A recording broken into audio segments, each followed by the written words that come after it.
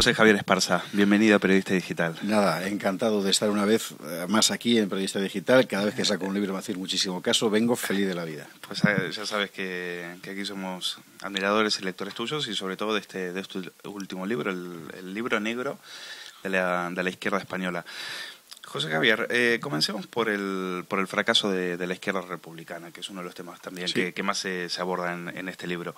Existe esta leyenda de que eran intelectuales, de que eran grandes estadistas, pensadores de Estado, pero al final, leyendo este libro que usted ha editado, eran auténticos incompetentes, por lo que cuentan los ensayistas. Por lo que cuenta Azaña, sobre todo.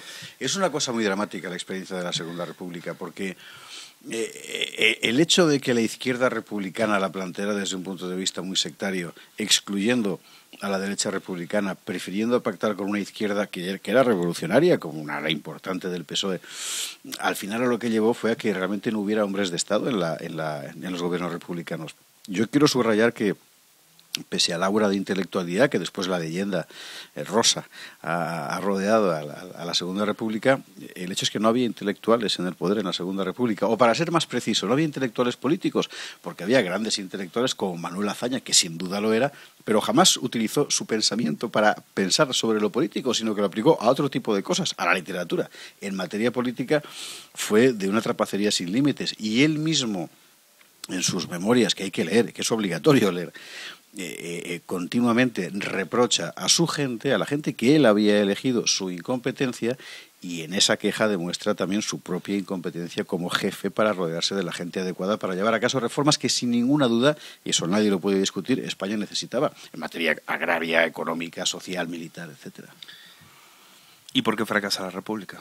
La República fracasa fundamentalmente por ese empeño de la izquierda en apartar a media España de las soluciones. Quiero recordar que cuando gana la CEDA las elecciones, el PSOE le dice al presidente de la República, a Alcalá Zamora, directamente que si entran en el gobierno los que han ganado las elecciones, ellos se van, es decir, ellos hacen una revolución, la acabarían haciendo después cuando entraron dos ministros de la CEDA en el gobierno. Es tremendo, es que hay que repetirlo para darse cuenta, es decir, la izquierda se oponía a que el partido que había ganado las elecciones gobernara. Bueno, eso es un golpe de Estado, se llame como se llame, ¿no? Y porque crea tal frustración entre su propio campo que finalmente el conflicto era inevitable. Y aquí es importante recordar que las grandes reformas pendientes de la vida pública española en materia económica, en materia agraria, en materia de educación, en materia militar, fueron fracasos, otros tantos fracasos por parte de unos gobiernos republicanos que sencillamente no supieron hacer las cosas bien. Y otra cosa que se recuerda en el libro, yendo un poquito más atrás, es que también algo que se olvida, que la izquierda apoyó a la dictadura de Primo de Rivera en su momento. Y además para el Partido Socialista en concreto fue realmente salvífico, es decir, que hacia el año 22-23 en España todo el mundo era consciente de que el sistema se había roto, de que esto no podía seguir así, la corrupción que la corona había auspiciado dentro del mapa político había sido absolutamente brutal. La propia corona, apoyada desde el otro lado por la izquierda, convergiendo con ella, para ser más precisos, había frustrado grandes intentos de regeneración como los de Maura. Aquello no podía durar, y cuando el general Primo de Rivera da un golpe de Estado en el 23, prácticamente todo el mundo le apoya, prácticamente todo el mundo. El PSOE ve que tiene una oportunidad y es lo siguiente: no nos pondremos en contra de este dictador, al revés, trabajaremos con él, y eso nos permitirá ganar dentro de la clase obrera la fuerza que aún no tenemos porque la tienen los anarquistas de la CNT. Mientras Primo de Rivera persigue a los anarquistas de la CNT, lanzados por otra parte hacia el pistolerismo en buena medida, el PSOE ocupará puestos muy importantes dentro de la administración del Estado, particularmente en materia de trabajo, en materia laboral, y eso le permitirá crecer a expensas de la CNT. ¿De dónde viene ese ADN revolucionario, violento, de la izquierda en general, de la izquierda de lo que era el Frente Popular y en particularmente del PSOE? Bueno, evidentemente viene, si nos ponemos en plan, o sea, la Lucy como el antropoide aquel, la Lucy del carácter revolucionario del PSOE, sin ninguna duda, es la Revolución Francesa, claro. El ADN revolucionario y violento de la izquierda española arranca muy fundamentalmente de la frustración de la Primera República, a mi modo de ver, en fin, porque esto ciertamente es muy discutible, ¿no? Y en el caso concreto del Partido Socialista, arranca de la necesidad de mantenerse dentro de la órbita de los socialistas europeos y al mismo tiempo separarse de la órbita de los comunistas soviéticos, ¿no? a partir del 17. De hecho, el PSOE sigue siendo un partido ferozmente revolucionario hasta el año 39. Parte del PSOE, para ser más precisos, ¿no? Y nunca va a conseguir el partido romper esa dicotomía entre unos y otros. Cuando no es Prieto el moderado y Besteiro el radical, como ocurrió en los años 20, será Largo el radical y Prieto el moderado, como ocurrió en los años 30. Pero siempre va a estar escindido en esas dos vías. Y me parece importante subrayar, entre otras cosas porque los propios autores socialistas, con muy buen criterio, Gómez Llorente, por ejemplo, lo han subrayado, que esa incapacidad del PSOE para superar su propia tensión revolucionaria, la seducción que sobre ellos ejercía la Unión Soviética en los años 30, fue causa de que no pudiera haber un gobierno de izquierdas estable en la Segunda República en España. La española comete lo que desde mi punto de vista es un error intelectual, en particular a partir de Azaña, que es identificar los males que ellos veían en España con la misma esencia de lo español. Entonces ellos consideran que si hay un retraso en materia cultural, la culpa no es de unas políticas poco acertadas, no. La culpa es ni siquiera tampoco de la Iglesia, no, la culpa es de que España sea católica, así en general. Consideran que si hay un problema de justicia social, la causa no es que haya unas malas políticas de distribución de la renta o que haya unas malas políticas de protección laboral. No, la culpa es de la corona española, así en general. Es decir, tienden a identificar, a esencializar los problemas. Los discursos de Azaña en el Ateneo en el año 30, antes de la proclamación de la República, son extraordinarios porque vaticinan ya lo que va a venir. Allí Azaña pensando como un masón del 19, Azaña reivindicaba la demolición absoluta de lo que había, la corona, la iglesia, el ejército, para edificar una España nueva, etcétera, sostenida sobre los brazos del hombre natural, decía él.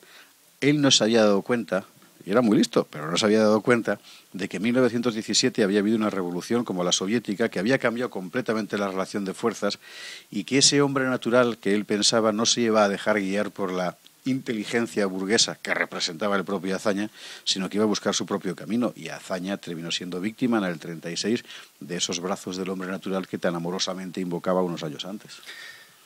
Dice José Carlos Rodríguez, uno de los ensayistas, que la pretensión de la izquierda, lo que identifica a la izquierda es esa pretensión de querer reconstruir la sociedad sobre parámetros racionales.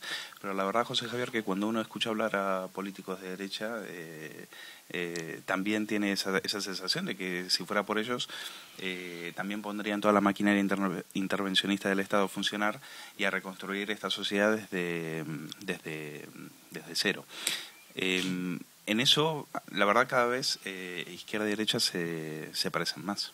Sí, por cierto, José Carlos dice eso. No he dicho, tenía que haber dicho al principio, es error mío, que este es un libro colectivo. Estamos Pío Mo, Ángel David, Martín Rubio, en fin, un montón de gente, José Carlos, entre otros. Y en efecto aborda el temperamento de la izquierda desde ese punto de vista, como un constructivismo, digamos, ¿no? Es verdad que la derecha en buena medida también entra ahí, pues, en muchos lugares de Europa, en España también, porque digamos que eso forma parte del daimón de la modernidad, es decir, la pretensión de poder modificar al hombre y a las sociedades en función de una idea preconcebida. Yo creo que uno de los grandes retos que tenemos hoy en día, año 2011, ante el mundo maquinista en el que nos hemos envuelto, es la necesidad de redescubrir la dimensión real, natural, viva del hombre y de sus necesidades y esa dimensión natural frente a esta especie de sistema tecnoeconómico abstracto y sin nombre que hemos creado y que nos está ahogando a muchos, ¿no? En eso me da pie para preguntarle también otra crítica que usted lo hacía en su libro En busca de la derecha, y también otra similitud entre izquierda y derecha. ¿Por qué ese recelo frente al orden económico, frente al mercado, frente a, bueno, eso que se puede llamar capitalismo, mientras que hay otra derecha que entiende que el libre mercado es beneficioso para la sociedad. Es decir, ahí, ¿cómo se resuelve esa tensión? Pues esa tensión yo creo que es muy difícil de resolver, porque el hecho es que el mercado, el concepto de libre mercado es extraordinariamente variable según los lugares y siempre depende de en qué grado el mercado haya sido libre realmente y de cuáles hayan sido sus efectos. Entonces, claro... Es que eso da pie a más intervencionismo de Estado, sí, y es lo que se le critica pero a la derecha. Entonces no se entiende. Si yo me pongo, por ejemplo, en la piel de un jornalero andaluz de 1932, podría llegar a ser falangista. Bueno, todavía no sabía qué era, pero bueno, lo que jamás podría llegar a ser es liberal, porque para mí el libre mercado no existe, es el privilegio de un señor. Tú me dirás, como liberal, es que el privilegio de un señor no es el libre mercado. Precisamente, y ahí está el problema, en que el mercado en sí mismo como naturaleza libre no se da, con lo cual no puedes reconocerlo como algo deseable, ¿no? En el caso de los países de modernidad tardía y traumática como España, el mercado no es algo que se haya dado nunca de una manera lo suficientemente espontánea y virtuosa, para utilizar un término muy neoliberal, como para poder identificarlo con algo deseable, sino que ha venido de la mano de gobiernos que, contra lo que dice la propaganda de izquierdas, por cierto, fundamentalmente de derechas, que han tenido que asumir ellos cosas como la protección social. En España las legislaciones de protección social son de Maura y Dato, las hace la derecha, antes de la Segunda República.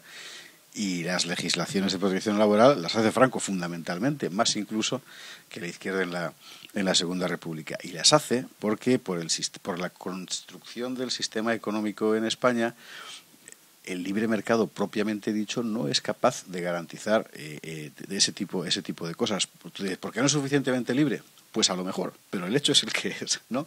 Hoy en día, ¿qué ocurre? Hoy en día lo que ocurre es que el libre mercado tiende a identificarse con una ideología de puramente economicista, de solo la economía importa. Lo cual es un grave error. Es decir, es un grave error por parte de quien está mirando, porque el libre mercado es una cosa y la ideología economicista es otra, pero también es un grave error por parte de quienes profesan esa ideología. Y una beta del pensamiento neoliberal tiende a reducirlo todo a lo económico, con lo cual inevitablemente deja fuera cosas muy importantes de la dimensión humana. Y yo creo que es uno de los grandes debates de nuestros días. A mí lo que me da miedo, José Javier, es que con esa excusa del tema de la dimensión humana, izquierda y derecha se pongan de acuerdo a expoliar al ciudadano y a subirle los impuestos, que en eso parece que están siempre muy de acuerdo. Bueno, se ponen de acuerdo hablando de otras dimensiones, sin necesidad de hablar de la dimensión humana, de manera que, y en eso efectivamente siempre están de acuerdo. Nosotros ahora mismo hemos de afrontar, y esta crisis, esperemos que sirva para ello, la crisis vigente, un problema morrocotudo. Es que hemos creado monstruos que ya no son capaces de andar solos. Y algo hay que hacer, porque, por ejemplo, el Estado. Los estados. El monstruo frío del que se hablaba Nietzsche. Claro, pero además se ha hecho más frío que nunca, porque el estado político tradicional, como lo entendía Hobbes, el Leviatán, era un monstruo terrible, ciertamente, pero tenía un orden. Pero hay otro monstruo, del que habla también Hobbes, que es el Behemoth, que te lo puedes imaginar como una especie de buey brutal que arrasa el mundo, que lo que le identifica es fundamentalmente su capacidad para generar caos. No es un monstruo despótico, brutal, ordenador, sino que es un monstruo despótico y brutal, sí, pero caótico. Bueno, hoy estamos oscilando entre una cosa y la otra. Nuestros sistemas políticos han sido incapaces de prever y regular el desarrollo del sistema económico. Y este, en manos de un mercado que efectivamente no es puro, sino que está intervenido por unos lados y por otros, se las ha arreglado para generar una situación tan caótica que apenas podemos salir de ella. Pues a lo mejor hay que volver a pensarlo todo desde el principio. Y empezando, sobre todo, a pensar por las personas. Por las personas, más que por las finanzas, ¿no? Y parecería, en su forma de entender a la derecha, hay como cierta desconfianza frente al individuo. Es decir, como una persona, como un ciudadano al que no se le puede dejar solo, que requiere cierto proteccionismo por parte del Estado. Frente al individuo, no, frente al individualismo, que es una cosa diferente. De hecho, la idea de que en el individuo descansa la base de toda la vida social, a lo que ha llevado a esas sociedades inexistentes. Y una sociedad sin órganos intermedios termina siendo pasto del poder. Hoy estamos viviendo en esa situación. Yo no tengo una desconfianza hacia el individuo en absoluto. Para mí, y además el término individuo es que lo entiendo mal. Yo entiendo lo que son las personas. Y las personas, el hecho es que nunca aparecen solas, pero son una familia, es un grupo, bueno, pero y yo creo que la realidad natural es esa. Entonces, creo que es eso lo que tiene que ser preservado ante todo. ¿Usted comparte como Juan Manuel de Prada esa también desconfianza, ese recelo, esa crítica hacia el liberalismo? Hombre, el liberalismo es una familia de doctrinas, de ideologías con frecuencia contradictorias entre sí, es decir, Hayek y Rawls son contradictorios entre sí y son liberales los dos, ¿verdad? En las que hay todo y lo contrario de todo.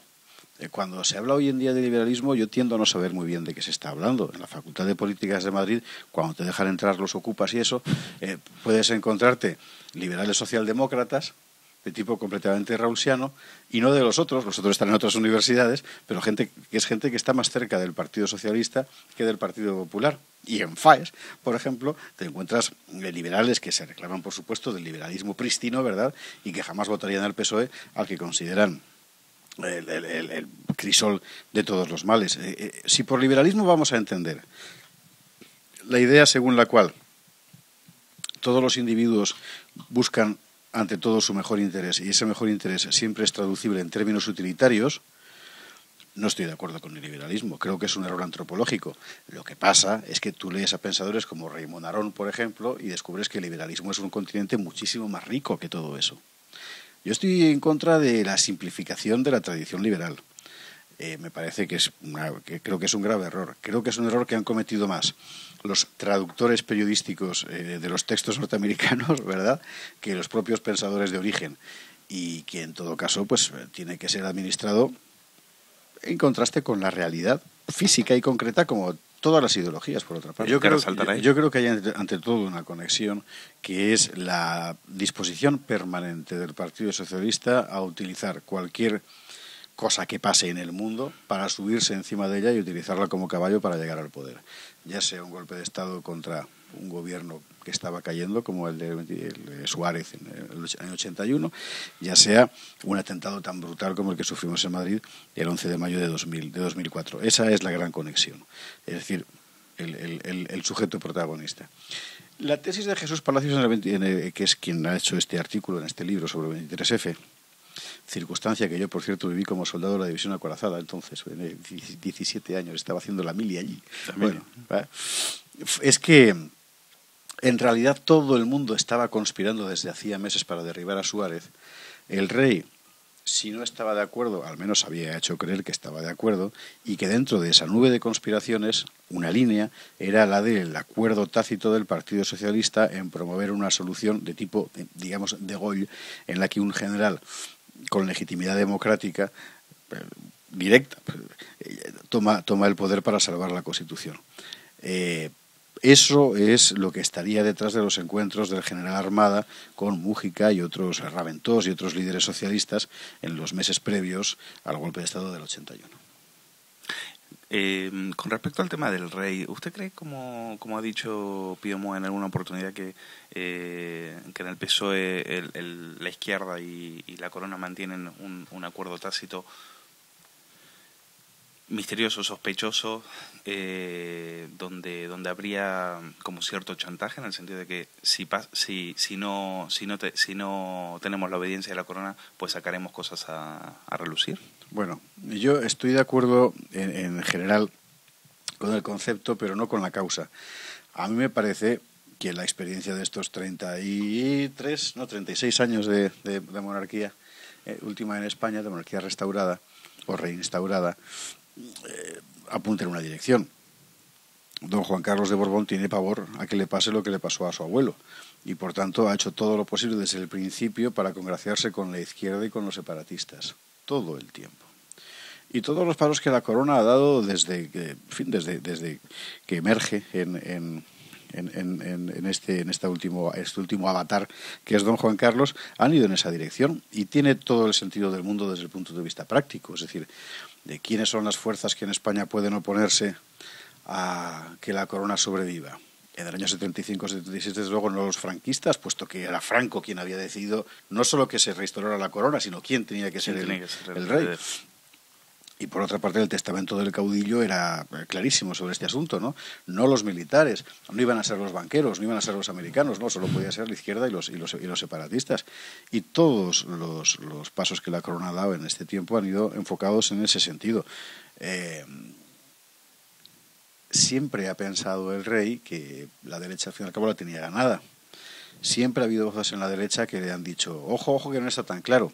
Sin embargo, el hecho es que siempre, al final, la derecha ha estado con la corona, a pesar de ser sistemáticamente abofeteada por ella.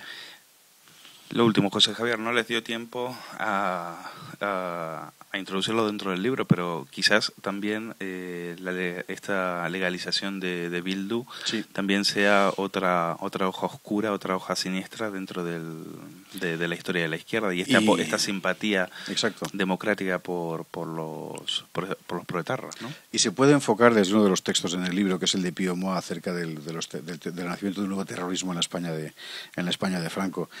Bueno, desde mi punto de vista es sencillamente atroz. Es decir, yo no sé si Bildu va a estar, las listas de Bildu van a estar llenas de etarras o perietarras, no tengo ni idea. Pero todo el mundo sabe y todo el mundo es consciente de ello, que Bildu amanece a la vida pública española para servir de caballo de Troya del mundo del entorno de ETA, del entorno del terrorismo. Es decir, de una gente que ha estado pensando durante mucho tiempo que a través de la violencia se podía obtener un rédito político. Y de una gente a la que, por otra parte hay que elogiar su constancia, ¿verdad? Bueno, a la que ahora se le dice, vale, teníais razón, a través de la violencia podéis obtener un rédito político. Tenéis que renunciar formalmente a ella, pero aquí estaréis. Eso no puede ser. Se comprende la simpatía, por ejemplo, de O'Donnell Lorza, de Guiguren, las declaraciones de Pachi López, como celebrando la presencia de Bildu. Pues porque, por decirlo en dos palabras, no deja de ser una organización socialista. Desde el punto de vista ideológico comparten muchas cosas. Desde el punto de vista de las biografías personales también comparten muchas cosas. Y en un sitio tan pequeño como el País Vasco, que hay que recordar que es un sitio muy chiquitín, ¿no? Todos son primos de todos y todos tienen primos en todas partes, ¿no? ETA es una organización socialista. Siempre se ha definido así, nunca ha dejado de definirse así. Para el PNV, que es, por así decir, la derecha, la pancarta la derecha nacional, decía socialista, efectivamente. Claro, su izquierda no es el PSOE, su izquierda es esta gente. Ellos comparten un mismo origen ideológico, ¿no? Y además, dentro de ese discurso mitológico antifranquista en el que se ha encerrado la izquierda española, buscando en el antifranquismo la justificación de su propia existencia, ETA no deja de ser uno de los que contribuyeron a atacar el régimen de Franco. ETA ha matado infinitamente más en tiempos democráticos que en tiempos de Franco, pero eso, en fin, al parecer les da igual, sobre todo porque el antifranquismo sí que lo invoca ETA y eso hoy es suficiente para sus bases, ¿no? Ostensiblemente adocenadas. Es decir, que hay una identidad de fondo que además, con toda seguridad, tiene también un elemento psicológico, que es el malestar de la izquierda burguesa, de esta izquierda rica, que tenemos no solo en España, en todas partes de Europa, y un cierto pozo de envidia hacia este tipo de revolucionarios que, pistola en mano, tratan de buscar la felicidad de los pueblos matándolos, ¿no? José Javier, ha sido un placer tenerla aquí en Periodista Digital. Lástima que hayamos acabado con un tema tan amargo. Bueno, pero en fin. Pero ya tenemos posibilidad dentro de poco de poder hablar de otros temas mejores. Seguramente con un libro suyo aquí en Sobre la Mesa. Un libro más. Ha sido un placer. Muchísimas gracias. Gracias.